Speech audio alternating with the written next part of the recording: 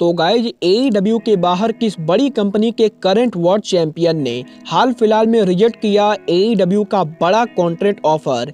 AEW के इस हफ्ते के रैंपेज शो को लेकर लीक हुए एक बार फिर से सभी बड़े स्पॉइलर। NWA और WWE के legendary tag team rock and रोला एक्सप्रेस के फेयरवेल टूर के ऊपर रॉक एंड रोला एक्सप्रेस फेस करेगी AEW के किस बड़े टैग टीम को। और गाइज NJPW और WWE जैसे बड़े कंपनीज के बाद जेफ जैरेट ने टीज किया एक और बड़े कंपनी का रेसलिंग इंडस्ट्री में डेब्यू। नमस्कार दोस्तों, मेरा नाम है रॉकी और आप देख रहे हैं elite FN Maniya.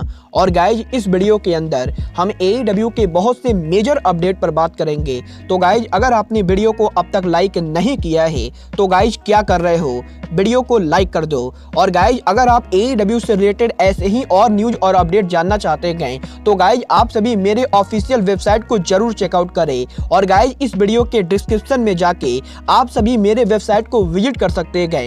But guys चलिए अब आगे बढ़ते और बात करते हैं AEW के कॉन्ट्रैक्ट रिजेक्शन की। अगर बात करें यहाँ पर AEW के कॉन्ट्रैक्ट रिजेक्शन की तो गाइज यहाँ पर रेसलिंग इंडस्ट्री में बहुत ही कम ऐसे सुपरस्टार हैं जो AEW के कॉन्ट्रैक्ट ऑफर को रिजेक्ट करते गए। बट गाइज यही इस हफ्ते इंपैक्ट रेसलिंग के करंट वर्ल्ड चैंपियन मूज ने उनके लेटेस्ट इंटरव्यू के अंदर इंपैक्ट रेसलिंग में उनके करियर और कॉन्ट्रैक्ट को लेकर बात की, जहां पर मूज ने बताया है कि मूज का इंपैक्ट रेसलिंग का करंट कॉन्ट्रैक्ट इस समय बहुत ही लंबा चलने वाला है, क्योंकि गाइज मूज का इंपैक्ट रेसलिंग का लास्ट कॉन्ट्रैक्ट जून 2021 में ओवर हुआ था।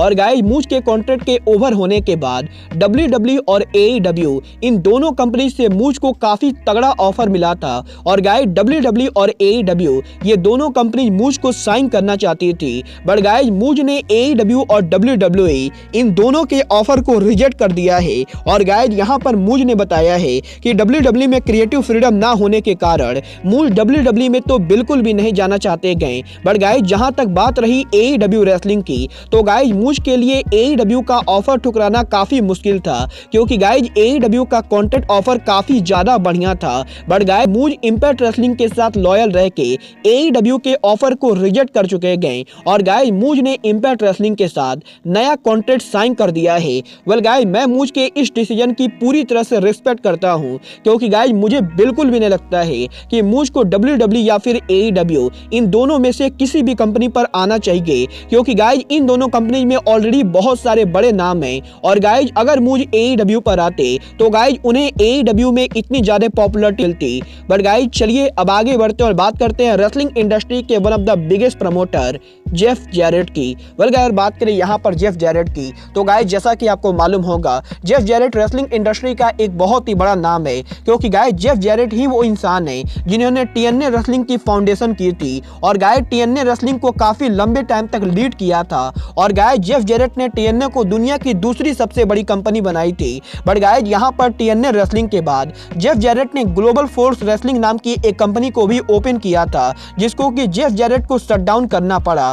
और गाइज जेफ जैरेट के शानदार रेसलिंग प्रमोटर के बाद यही जेफ जैरेट ने लेटेस्ट इंटरव्यू के अंदर एक और मेजर रेसलिंग कंपनी को खोलने को टीच कर दिया है, जहां पर जेफ जैरेट ने कहा है कि रेसलिंग इंडस्ट्री में इस समय जिस तरीके के फ्री एजेंट हैं उन सभी फ्री एजेंट को देख के जेफ जैरेट ये दावा कर सकते गए कि रेसलिंग इंडस्ट्री के अंदर एक और मेजर कंपनी के लिए जगह है। और गाइज AEW और WWE के बाद रेसलिंग इंडस्ट्री में एक और बड़ी कंपनी सक्सेसफुल हो सकती गए। और गाइज यहाँ पर जेफ जैरेट को लगता है कि ROH और WWE के इतने बड़े रेसलर्स के रिलीज होने के बाद जेफ जैरेट अगर कोई बड़ी कंपनी खोलते गए और इन रेसलर्स को साइन करते गए तो गाइज ये कंपनी WWE और AEW के टक्कर की लेवल की कंपनी बनेगी। बट गाइज यहाँ पर जेफ जैरेट ने ये क्लियर किया है कि जेफ जैरेट इस समय कोई भी ऐसा प्रॉमिस नहीं कर रहे गए जिसमें जेफ जैरेट नई कंपनी को खोलेंगे ही। बट गाइज यहाँ पर जेफ जैरेट का मानना है कि रेसलिंग बिजनेस के अंदर एक और बड़ी कंपनी के लिए काफी बड़ी जगह है।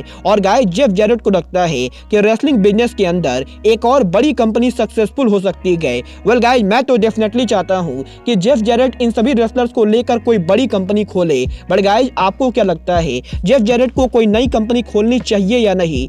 आप सब मुझे कमेंट करके बताइए। बट गाइज चलिए फिलहाल आगे बढ़ते हैं और बात करते हैं WWE और NWA की legendary tag team the rock and roller express की।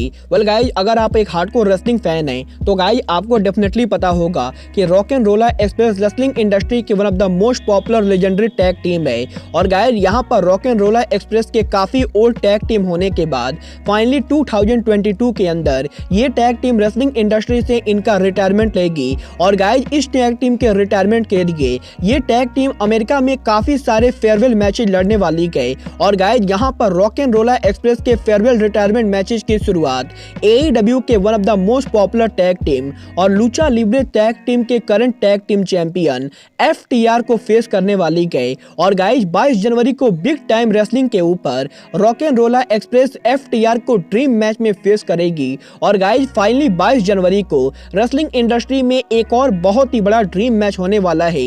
वेल गाइज मैं तो इस मैच को पर्सनली देखना चाहता हूं। और गाइज अगर ये मैच मुझे अवेलेबल होता है तो गाइज मैं इस मैच के क्लिप्स को आपके साथ भी शेयर करूंगा। बट गाइज चलिए अब आगे बढ़ते हैं और बात करते हैं AEW के कल होने वाले रैम्पेज शो की। वेल गाइज जैसा कि आपको पता होगा कि AEW के इस हफ्ते का भी रैम्पेज शो AEW का एक और प्री रिकॉर्डेड रैम्पेज होने वाला है। और गाइज इसीलिए इस हफ्ते रैम्पेज को लेकर सभी बड़े स्पॉइलर लीक हो चुके हैं। बट गाइज अगर आपको जानना है कि इस हफ्ते रैम्पेज पर क्या कुछ होगा तो गाइज इस वीडियो को ध्यान से देखना।